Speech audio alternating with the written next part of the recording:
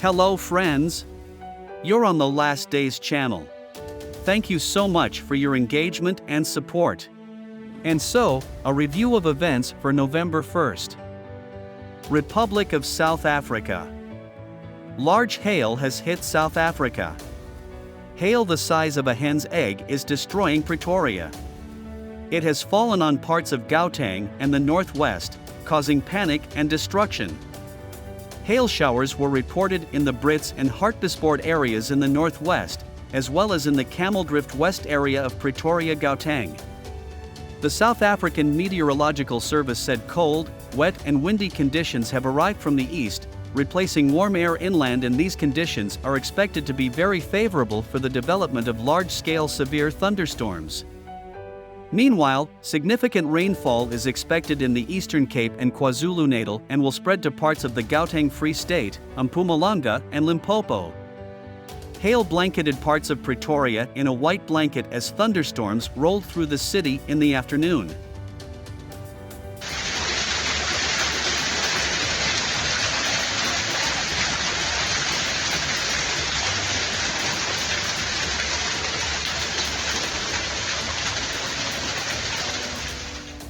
El Salvador. We continue to monitor the situation in the region. In El Salvador, 2 people have died due to floodwaters caused by Tropical Storm Pilar. According to representatives of the local civil defense official, rescuers found the body of a 20-year-old man. He was carried away by the flow of water into a ravine in the area of Uripe. In addition, a 57-year-old woman died after being swept away by the current into the Onis River. Salvadoran authorities have equipped more than 100 places where residents will be able to wait out the impact of the disaster. Currently, Storm Pilar is 285 kilometers away and moving in a northeastern direction.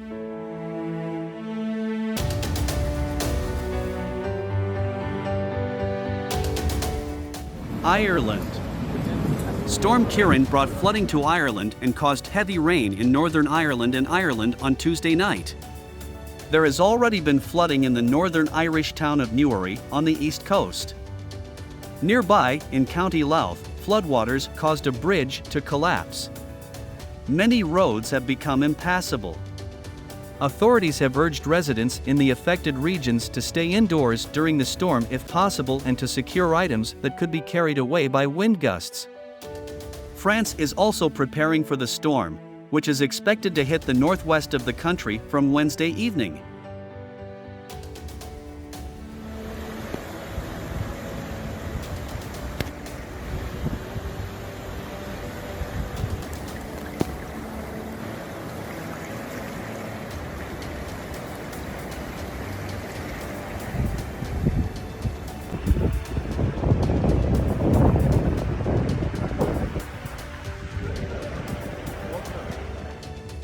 Brazil. Bad weather continues to rage in Brazil. Heavy rains have caused floods and landslides. In Lages and Foz do Iguaçu, streets turned into rivers, and in villages roads were washed away, settlements were cut off from each other.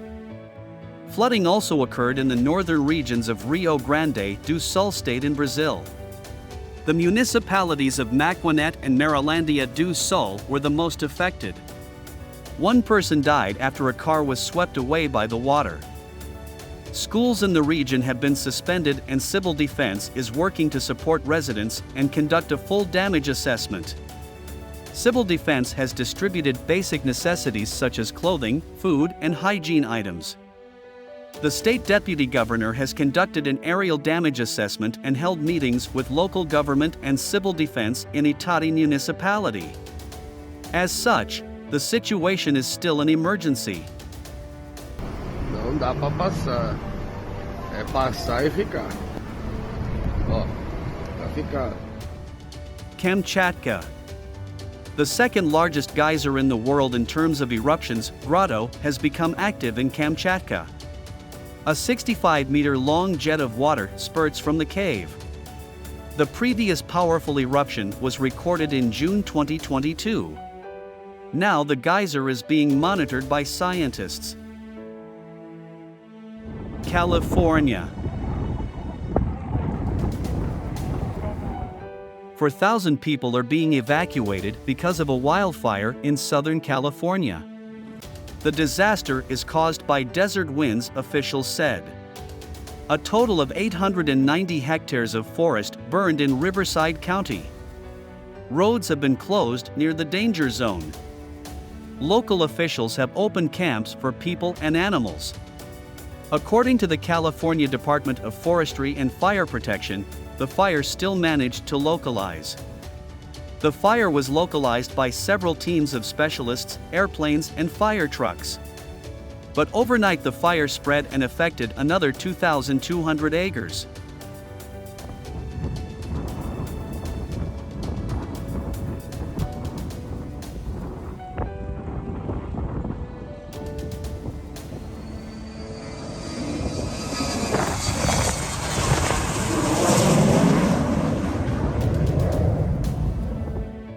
Chile and Argentina. A powerful earthquake has struck off the coast of central Chile, with a magnitude of 6.7. Tremors were felt in several provinces of neighboring Argentina, but there were no emergency reports of damage. According to the U.S. Geological Survey, the tremors were registered at 9:30 local time. The epicenter of the seismic event was located 42 kilometers southwest of the city of Huasca in the Chilean region of Atacama, and the hypocenter of the element lay at a depth of 35 kilometers. The earthquake caused damage to buildings and landslides. A large landslide was recorded in Alto del Carmen. It blocked the highway. There are casualties. Chile occupies a long, narrow strip of land between the Pacific Ocean and the Andes. A significant part of the republic is located in mountainous terrain. Chile is located in the so-called Pacific Ring of Fire, where earthquakes are frequent.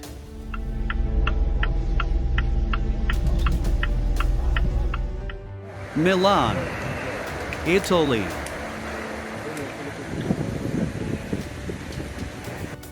Bad weather continues to rage in northern Italy. Heavy rains, which hit Milan on Tuesday night, led to the overflow of the local river Seviso. Entire neighborhoods have practically gone underwater. Local authorities are working to adapt to the extreme weather conditions. In 5 regions of Italy, in connection with the rains, declared orange level of danger. The maximum red warning is in effect in the Veneto region. According to meteorologists' forecasts, the situation should improve soon. Meanwhile, in the central part and in the south of the country there is an abnormally hot autumn. In Palermo the air has warmed up to 34 degrees Celsius, in Rome plus 28.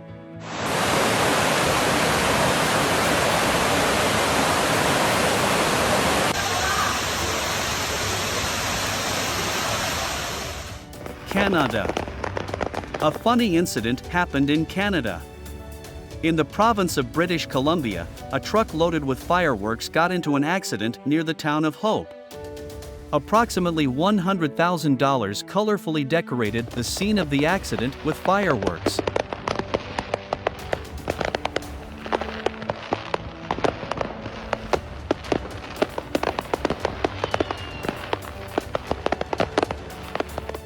Kamchatka, Kazakhstan.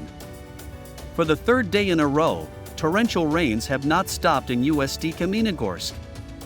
The sewage system can no longer cope with the volume of incoming water, and as a result the streets have turned into impassable puddles. Residents of the city complain about the need to start water transportation. Utility workers have switched to round-the-clock operation.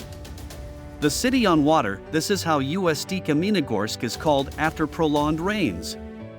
Some streets look more like canals than ordinary roadways. Cars are floating on the roads, and pedestrians are walking right through the puddles as detours have become problematic. More than 2,000 cubic meters of water have already been pumped out, and more than 10 pieces of equipment, including motor pumps, have been involved. Experts believe that to minimize such floods a competent system of storm water drainage is necessary. According to forecasters, the rain in the regional center is not going to stop yet. The weather will remain like this for 3 more days, but because of the cold weather, wet snow will be added.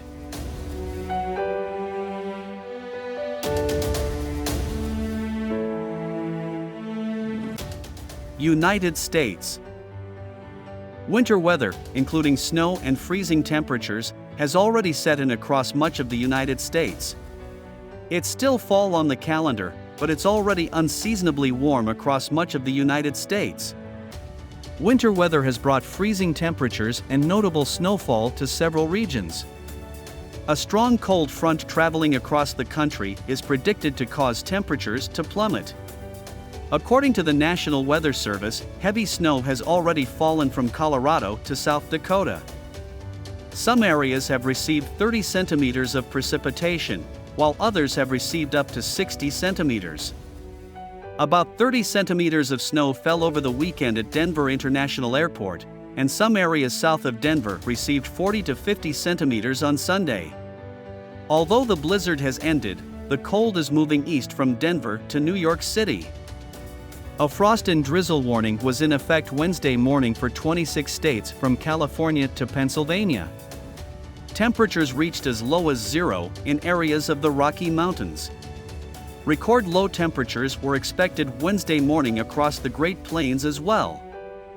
The cold air mass will move into the Midwest and South by morning, bringing the first frost of the season to major cities such as Chicago, Indianapolis, and Nashville.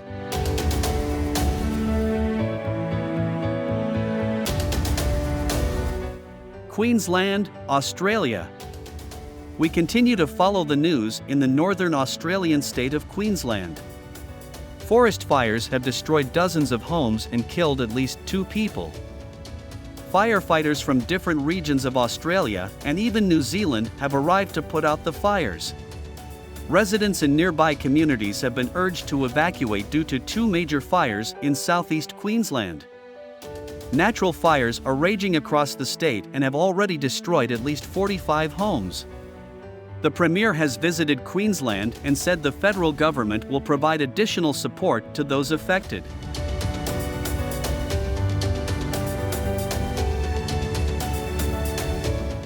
Bangladesh.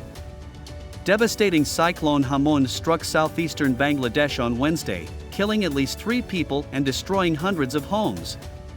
Trees were uprooted from their roots, while heavy rains and hurricane-force winds damaged houses made of corrugated sheets. The tarpaulin-covered bamboo shacks in Rohingya refugee camps in Cox's Bazar were also damaged.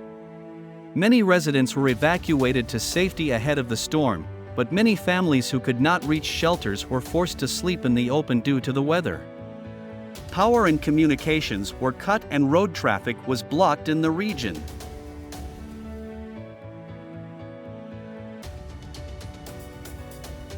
Omsk, Russia. In Omsk, bad weather provoked a traffic accident. On Tuesday, October 31st, 2 passenger buses collided and 7 people in them were injured. It had snowed heavily beforehand. One of the buses, in which 9 people were traveling, did not keep the distance and drove into another bus with 10 passengers. As a result of the accident, 7 people were injured. 4 of them were taken to hospital and 3 were treated on the spot.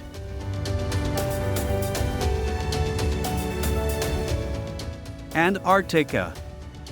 An international team of oceanologists has discovered that strong and warm enough currents move through large cracks in the bases of glaciers of the Antarctic ice sheet.